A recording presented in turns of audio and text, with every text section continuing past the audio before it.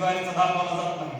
भले इथं आल्यावर म्हणत असतील किंवा हे श्री अन्न आहे, पण हे आमच्याकडे देवाला सुद्धा दाखवलं जात नाही. एवढं हे श्रेष्ठ अन्न आहे. कारण ज्या वेळेला निसर्गाचा कोप होतोय किंवा आपत्कालीन किंवा अवर्षणग्रस्त परिस्थिती येते, तर तेव्हा ही आम्हाला पिकं त्या ठिकाणी जिवंत ठेवण्याचं काम करतात. कारण ही कमी पाण्यावर येणारी पिकं आहे. रामकृष्ण हरी, माझं नाव माऊली जाधव, गाव सातेफळ, तालुका अंबाजोगाई, लातूर पासून माझी शेती 40 किलोमीटर अंतरावर आहे. आणि हा सगळा मराठवाड्यातला भाग आहे. आणि मराठवाड्यातल्या भागाला तुम्ही बरेच जण सगळ्यात जवळून परिचित असाल. कारण वर्तमानपत्रामध्ये वगैरे आमच्या इकडे मिरजेहून रेल्वेनं पाणी आलं, हा एक जास्त चर्चेचा विषय होता त्या काळामध्ये. आणि तो आज काय तसाच आहे. बऱ्याचशा योजना राबवल्या गेल्या, परंतु पाण्याचा विषय जो आहे जसे ते वैसेच आहे. तर आपला जो काही आज मिलेट बद्दलचा विषय आहे तो त्याच्याशी निगडीत आहे, महत्वपूर्ण. आणि त्याच बाबतीत मी या ठिकाणी तो विषय मांडण्यासाठी आलेलो आहे. तर माझं जे काही लोकेशन आहे तर त्यामध्ये सरासरी पावसाचे जे काय आहे ॲव्हरेज रेनफॉल साधारणतः 500 ते 650 मिलीमीटर पर्यंत पाऊस पडतो. आणि यावर्षी तो कदाचित जास्तच झाला, म्हणजे 1200 मिलीमीटरपेक्षा जास्त पाऊस पडलाय. परंतु ॲव्हरेज रेनफॉल जो आहे त्यामुळं बरेचसे आमच्या जीवनमानामध्ये परिणाम होत असतो. कारण अचानकपणे कमी पाऊस पडला की मग रेग्युलर पिकं जे ऊससारखे, कापसासारखे अधिक पाण्यावर येणारी पिकं आहेत, तर जे आमचे पारंपरिक पिकं आहेत तर ते त्या वातावरणामध्ये जास्त तग धरून राहतात.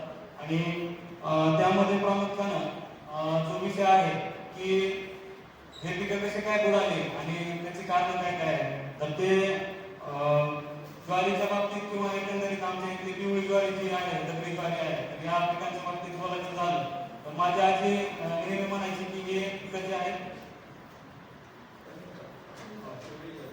तर हे पिवळी ज्वारीचं कणीस आहे आणि त्याचबरोबर हे दगडी ज्वारीचं कणीस आहे. याच्यामध्ये पण डायव्हर्सिटी बरीचशी आहे, स्पेसिस आहेत वेगवेगळ्या. दगडी ज्वारीमध्ये लाल गोंडराची असेल, काळ्या गोंडराची असेल किंवा पांढऱ्या गोंडराची असेल, तर अशा 3 प्रजाती त्याच्यामध्ये वेगवेगळ्या येतात. त्याचबरोबर पिवळीमध्ये थोरली पिवळी, धाकली पिवळी किंवा अडचण पण त्याला म्हणतात.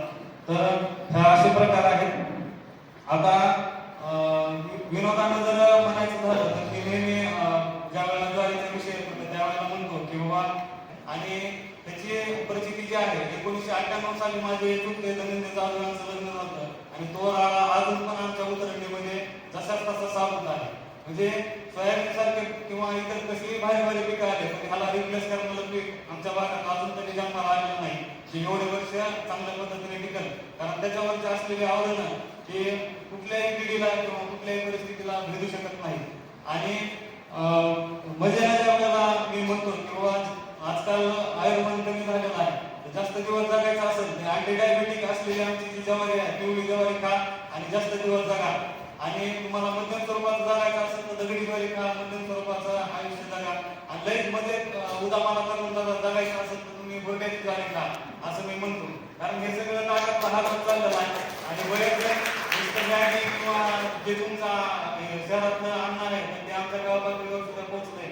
आणि त्यामुळे आमचे पण जे काही गटऱ्यांचे प्रॉब्लेम आहेत, कारण सरासरी तुम्ही लहानपणी जिल्हा परिषद शाळेत वगैरे बघितलं असेल की गव्हाचा उंडा जो आहे, तर मी जिल्हा परिषद शाळेत शिकलेलो आहे. 26 जानेवारी किंवा 15 ऑगस्ट आले की पताका कशाने लावायचं तर त्या गव्हाचा उंड्याचं कणिक टिपून त्या ठिकाणी लावलं जायचं. आणि ते आजकाल आपल्या जास्त सेवनामध्ये गव्हाचा प्रकार जो आहे तो आहे. आणि त्याला जर ज्वारीचं तुम्ही टिपून बघितलं किंवा मळलं तर त्या ठिकाणी तेवढा चिकटपणा नाही. म्हणूनच आजकाल कुठेतरी म्हटलं जातं की भारत हा देश हा डायबेटिक हब जो बनत चाललेला आहे, तर हे हरवल्यामुळे मला वाटते त्या दिशेनं आपली जी वाटचाल आहे तर ती त्या पद्धतीने चाललेली आहे. आणि हे आमच्या इथे जिवंत असल्यामागचं कारण आमचे सण उत्सव वार पण आहे. जसं सर म्हणले तसं आमच्याकडे येळोस नावाचा सण असते आणि शहरात त्या वेळेला ओसाड पडलेले असते. तर ह्याचं जे काय आंबील नावाचा पदार्थ आहे तो खाण्यासाठी सगळे शहरातली मंडळी हे गावामध्ये येऊन आंबिलीचा स्वाद घेते. आणि त्याला दर शनिवार हा डिसेंबर महिन्यामधला सण आहे. असे वेगवेगळे सण आहेत. जसं सक्रात आहे त्या वेळेला बाजरीच्या भाकरी बनवून त्या ठिकाणी खाल्ल्या जातात. त्याचबरोबर राळ्याचे बरेचसे पदार्थ आहेत. गिरीसाहेब मगाशीच आमचं चालू होतं बोलणं की राळ्याचं जे आहे ते खूप जास्त पडावं असे जे काही बऱ्याचशा छोट्या छोट्या गोष्टी आहेत. तर तशाच ज्या वेळेला घट बसवले जातात बऱ्याच ठिकाणी धान्य टाकलं जातं, पण आमच्या इथे काय करतात की घट बसवल्यानंतर डायरेक्ट गणेश जसाला तसं मातीत त्या ठिकाणी पुरलं जातं. अशा पद्धतीचे जे काही सण आहेत, नव्याची पुनव असेल त्यावेळेला ह्या ज्वारीचे घाट आमच्या घरासमोर सुशोभीकरण केलं जातं. आजकाल आर्टिफिशियल फुलांच्या माळा किंवा अशा पद्धतीने सजावट केली जाते, पण आमची ज्वारी दाराला सजावट म्हणून सुद्धा त्या ठिकाणी वापरली जायची. हे त्यामागचं कारण आहे, कारण पाऊस कमी पडतोय, मग हे सणावारातून त्या ठिकाणी आज जिवंत आहे. तर यामध्ये आव्हानं काय काय आहेत, आव्हानं काय काय आहेत त्यावर मी त्या ठिकाणी सांगतो की सगळ्यात महत्वाचं म्हणजे शेतकऱ्यांना मिळणारा जो दर आहे, तर सगळ्यात मोठं आव्हान ते आहे. शेतकरी वन्य प्राण्यांशी आणि वन्य प्राणी आणि शेतकरी जो संघर्ष आहे त्याला सुद्धा एक वेळेला रात्रभर जागून त्या ठिकाणी त्याचं संरक्षण करेल, परंतु मिळणारा जो दर आहे तो तोडका आहे, त्यामुळे ते पण अडचणीचा विषय बनलेला आहे. त्याचबरोबर शेतीमध्ये मजुरांची उपलब्धता, कारण नवतरुण आता ह्याचं कसं आहे, गणित जवळपास हा ज्वारीचं वाण जर उत्पादित करायचं म्हणलं तर 7 ते 8 वेळेस एका चिपाडाला हात लावावा लागतो, म्हणजे एका घाटाला, आणि तेव्हा ती ज्वारी फायनली तयार होती. म्हणजे 8 वेळेस हात लावायचं म्हणलं तर किती मजुरी असेल याचा विचार करा. आज घडीला सोन्याचा भाव 1.5 लाखापर्यंत गेला, पण हे सोन्यासारखं पीक आज कवडी म्हणून बाजारामध्ये किमतीमध्ये विकलं जाते. त्यामध्ये शहरातील ग्राहकांचा सुद्धा मोलाचा वाटा आहे. त्यांनी जर ह्याला त्या दृष्टिकोनातून पाहिलं तर मला वाटतं चांगले दिवस येतील.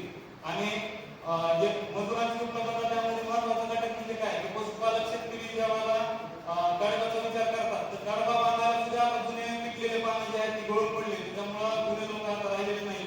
आणि कडबा बांधायला त्या पद्धतीचा जे काही कौशल्य लागतं, कारण हा कौशल्याचा भाग आहे, आणि तसे लोक आता नवतरुण सुद्धा राहिलेले नाही. बरेचसे तरुण मी हात ज्वारीचा कडबा बांधताना सुकळीनं किंवा गवताला बांधताना बघितले, जी की कडबा हा ह्याच्याच घाटाने किंवा ह्याच्याच चिपाडानं बांधला जायचा. तर हे सगळे यामधले आव्हानं आहेत. त्याचबरोबर याच्यामध्ये आव्हानांवरती मात कशा पद्धतीने केली मी हे पण या ठिकाणी सांगू इच्छितो. जसं की हा अँटीडायबेटिकचा जो काही वाण आहे, त्याची पिठं काही आम्ही शहरातल्या लोकांना, ज्यांना शुगर वगैरे आहे अशा लोकांना खायला दिली, की जे ज्याचा वापर करतात आणि त्यांच्या शुगरचं जे काही प्रमाण आहे ते कमी होण्यामध्ये मोलाचा वाटा ह्या ज्वारीचा आहे. कारण ह्याच्यामध्ये 2 प्रकार आहेत आणि ह्याची ज्वारी ही कडवट आहे. आणि ह्याच्यामध्ये आमच्याकडे काय सायंटिफिक डाटा नाही, परंतु छोटंसं उदाहरण या ठिकाणी सांगतो. ज्यावेळेला सगळ्या कडब्यांची डायव्हर्सिटी आम्ही आमच्या पशुधनाच्या जवळ किंवा समोर टाकली, तर पहिल्यांदा हे प्राधान्याने ह्या कडब्याचा त्या ठिकाणी स्वाद घेतात. म्हणजे जनावरांना सुद्धा कळते किंवा कुठली ज्वारी खावी, तर त्यामध्ये श्रेष्ठ असलेली पिवळी ज्वारी आहे. आणि यामध्ये जेनेटिक प्युरिटी हा सुद्धा महत्वाचा घटक आहे, जी आम्ही या ठिकाणी जपतोय. ज्यामध्ये पिवळी आणि दगडी ज्वारीचे जे काही वाण आहेत त्याच्यामधून आम्ही हा सिलेक्शन करून नवीन वाण काढलेला आहे, जो थोड्या दिवसामध्ये स्टेबल होईल आणि याचं जे काही आहे ते नाव रूपाला निघेल. जसं हा अँटीडायबेटिक वरती पिवळी ज्वारीचं वाण काम करतो, तसंच मला वाटतं की हा ऑरेंज रंगाचा जो काही वाण आहे तो निश्चित त्याचं जर न्यूट्रिशनल प्रोफाइलिंग वगैरे केलं तर तो त्या पद्धतीने पुढे जाईल. या ज्वारीची महत्व एवढी आहे की जवळपास 3 राज्यांमध्ये ही ज्वारी जाते, ज्यामध्ये चेन्नई आहे, बेंगलोर आहे, अहमदाबाद आहे. अशा सिटीमध्ये सुद्धा आम्ही जो काही ग्राहक वर्ग आहे, जाणकार आहे, त्यांना आम्ही ही ज्वारी पाठवतो. दगडी ज्वारी असेल किंवा पिवळी ज्वारी असेल, तर ह्याच्यामध्ये राहण्यामागचं कारण काय की 2018ला आमच्याकडे कुणीच रब्बी केली नव्हती, कारण एवढा कमी पाऊस झाला होता की अगदी तो 200 किलोमीटरच्या खाली होता.